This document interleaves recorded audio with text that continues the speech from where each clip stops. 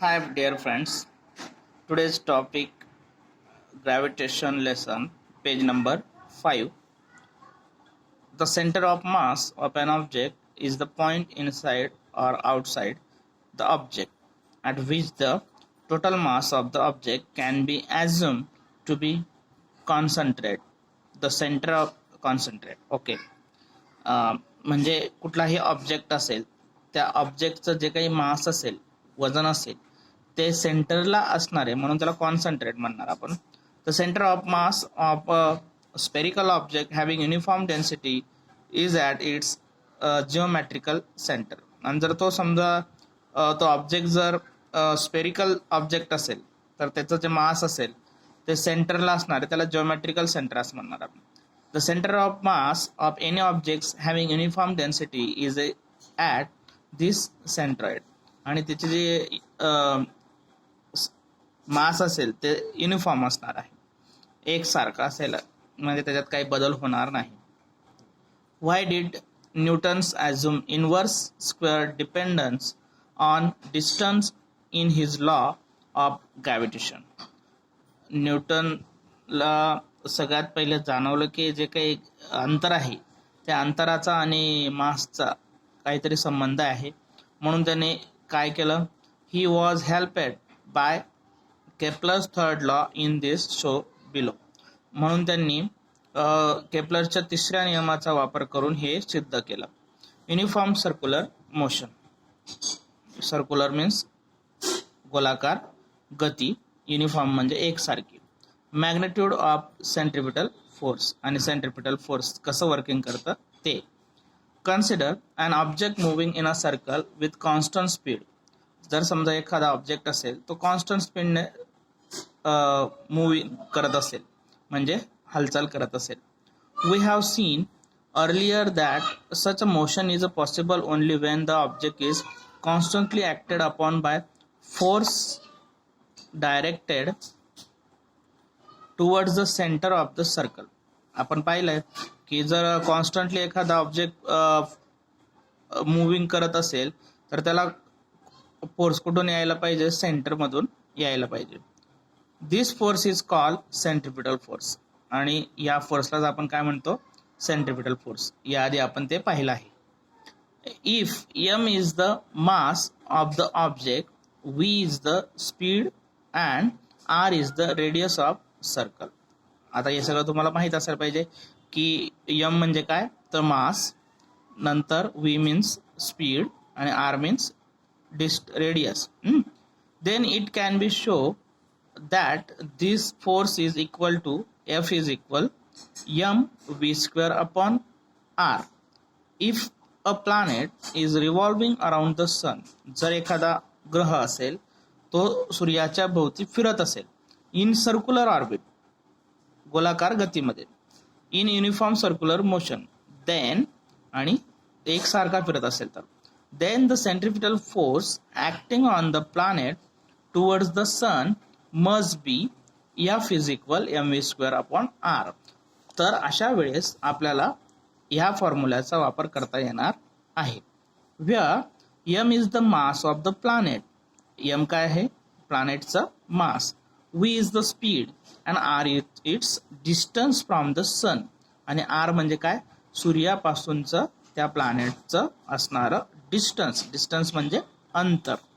आता या ठिकाणी आपल्याला एक छोटासा फॉर्म्युला तयार झाला. मग speed is equal distance travel upon time taken. The speed of the planet can be express in terms of the period of revolution T as follows. आता बघा ह्या सगळ्यांचा वापर करून कशा प्रकारे सूत्राची मांडणी केली आणि कशा प्रकारे ते प्रूव्ह करण्यात आलं. The distance travel by the planet in one revolution. जर प्लॅनेट एक रिव्हॉल्युशन कंप्लीट करत असेल is equal perimeter of orbit. एक रिव्हॉल्युशन म्हणजे तो गोलाकार फिरतोय आणि गोलाकार म्हणजे त्याचा सर्कम्फरन्स. मग सर्कम्फरन्सचा फॉर्म्युला काय आहे, 2πr. मग त्याचं एक रिव्हॉल्युशनला काय म्हटलं त्यांनी, 2πr. R is equal distance of the planet from the sun. R काय आहे, सूर्यापासूनचा त्या प्लॅनेटचं distance. Time taken is equal period of revolution T. आता ह्या ठिकाणी V is equal distance travel upon time taken is equal to pi R upon T. F is equal, आता M as it is घेतलं mass, आणि V स्क्वेअरच्या जागेवर 2 पाय R upon T, कारण आपण या ठिकाणी व्हीचं ऑलरेडी काढून ठेवलं होतं. व्ही म्हणजे काय, तर 2 पाय आर अपॉन टी. मग इथे व्ही आलेला आहे, व्हीचा स्क्वेअर म्हणजे 2 पाय आर अपॉन टीचा स्क्वेअर कसा घेतला ते समजलं असेल. हे व्हीचं व्हॅल्यू आहे आणि हा आर ॲज इट इज. आता जर समजा ह्या टर्मचा स्क्वेअर करायचा म्हटलं तर 2चा square 4, M as it is, आरचा स्क्वेअर आर, आणि इथे टी स्क्वेअर. आता हा जो डिवाइडला आर होता तो रेसिप्रोकल होऊन मल्टिप्लाय झाला. Multiplying and dividing by R square we get, हे मल्टिप्लाय आणि डिवाइड केल्यावर आपल्याला मिळालेलं आहे. F is equal 4m pi square upon R square. आता ह्या ठिकाणी आपण जर नीट ऑब्झर्वेशन केलं आपल्याला एक गोष्ट लक्षात येईल की जो आर होता ह्या आरचा आणि ह्या आर स्क्वेअरचा मल्टिप्लाय झाला तर आपल्याला इथे काय मिळणार आहे, आर क्यूब होणार आहे, आणि इथे टीचा square. According to Kepler's third law, T square upon R square is equal constant. आपण पाहिलं इथे केपलरच्या नियमामध्ये की हे नेहमी काय असतं, कॉन्स्टंट असतं. F is equal 4m pi R square upon R square K, but 4m pi R square upon k constant. Thus the Newton conclude that the centripetal force, which is the force acting on the planet and is responsible for its circular motion, म्हणजे कुठल्याही प्लॅनेटचं circular motion हे त्याच्या distance आणि त्याच्या मासवर अवलंबून असतं, inversely proportional असतं ते. टू द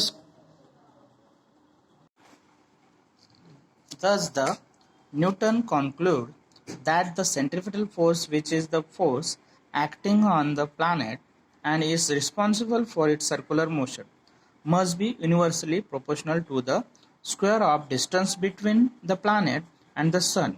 बघा, या ठिकाणी आपल्याला काय समजते की न्यूटनने अशा प्रकारे केपलरचा थर्ड लॉ वापरून इन्व्हर्सली प्रोपोर्शनल कसे असतात ते दाखवून दिलं. Newton's identify this force with the force of gravity, hence postulate the inverse square law of gravitation. The gravitational force is much weaker than other forces. Gravitational force हा other forces कसा आहे तर weak आहे, weak म्हणजे क्षीण आहे. But it controls the universe, तरी सुद्धा तो युनिवर्सला कंट्रोल करतो, अँड डिसाइड इट्स फ्युचर, आणि त्याचं भविष्य सुद्धा ठरवतो. This possible because of the huge masses of planets.